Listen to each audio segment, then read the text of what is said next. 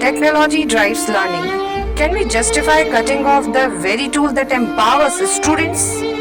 In Kerala, a hostel student's Wi Fi is shut down at 9 pm, halting her studies. Her plea for help meets only rules, not empathy. Is this discipline or digital discrimination? This case is not just about Wi Fi, but the constitutional right to learn in the digital age. All right, the Honorable Court is now in session.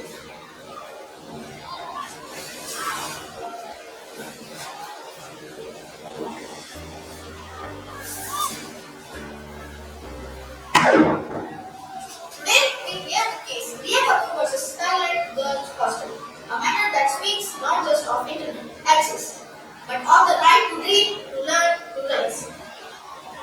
I request the petitioner to carry out proceedings. I request Riya Kapoor to please come on the witness box. The court requests the presence of the petitioner's counsel to provide clarification on the petition. Thank you, my lord.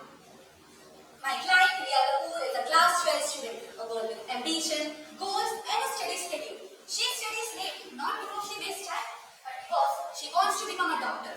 But every night at 9 p.m. sharp, the hostel shuts down the Wi-Fi. No warning, no exception, just silence. Not the peaceful kind, the frustrating kind. Riya Kapoor, do you have anything to say in this matter?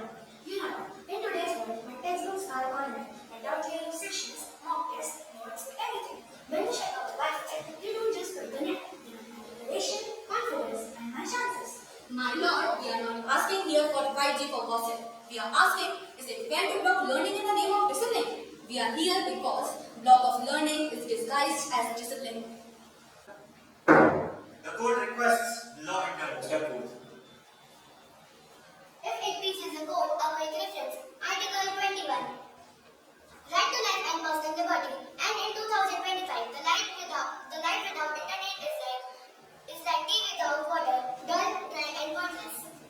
The court would like to hear from the respondent's side. Please present your case, sir. Thank you, Your Honor. My lord, this court isn't for spoiling minds. And my lord, we are not hostels. This is a hostel policy. This is not about human rights. This is about discipline, structure, responsibility.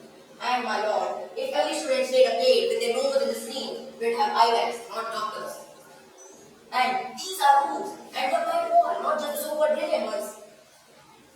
And I would like to call my witness. Please grant permission. Permission granted.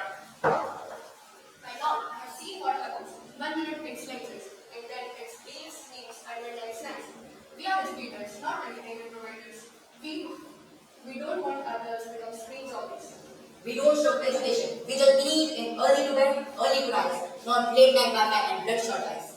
My lord, with the court's permission, I would like to call our expert witness, Dr. Radha, a respected clinical psychologist with over 15 years of experience in adolescent mental health and educational counseling. She has worked with many schools, hostels, and national education boards to design student well-being programs. Her insight will help the board to understand the psychological and academic consequences of digital restrictions on learners like my client. Permission granted. Please take a stand. Now, let's be clear. This excess screen time will not, but completely cutting off its access can be outdated and ineffective. We don't have the roads to stop accident, to teach road safety. Similarly, don't let the internet teach digital discipline. Instead of restriction, we need responsibility. The hostel should create responsible digital user, but not the helpless one. Exactly, ma'am. Teachers, parents, but don't lockers. Don't punish the focus for the mistakes of the distracted. My lord, this case is not about defining rules. It's about redefining them for the world that has changed before the policies have. We tell our daughters to dream big, to aims for the civil services, the IITs, the AIMS. But we shut down the main access to the very tools that get them there, all in the name of routine. That this is not rebellion, my lord. This is research. This is not entitlement. This is empowerment. And today's girl asking for Wi-Fi at 10 p.m. might be tomorrow's doctor that saves your life at 10 a.m. Let's not fail her on before she even begins. My lord, no one here is against education, but freedom without boundaries leads to chaos. We don't make rules to stop our students, to limit our students, but we make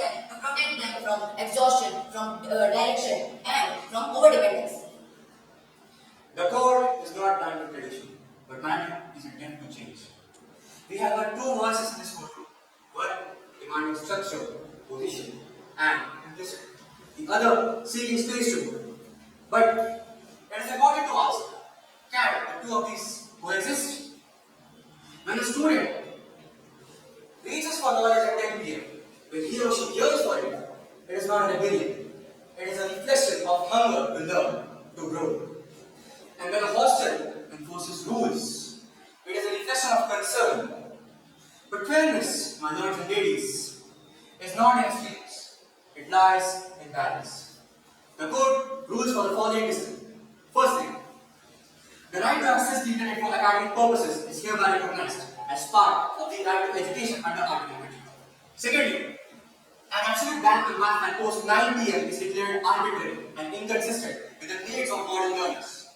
Thirdly, hostels must offer extended access for academic uses with appropriate safeguards and supervision. Structure must not become a form of suffocation. Lastly, students should uphold their rights to dignity. They should use this and work for the nation. Miss Ria, you did not demand entertainment. You asked for education. You did not seek freedom without effort. You asked for the freedom to work harder. The court salutes your spirit. Let this judgment be more than a ruling. Let it be a message to all institutions, to all parents, and to all students. Discipline is not the death of rights, and rights are not the enemy of discipline. Together, they shape responsible citizens. And now, the weight of reason. The court delivers its verdict, corrected, considered, and constitutional.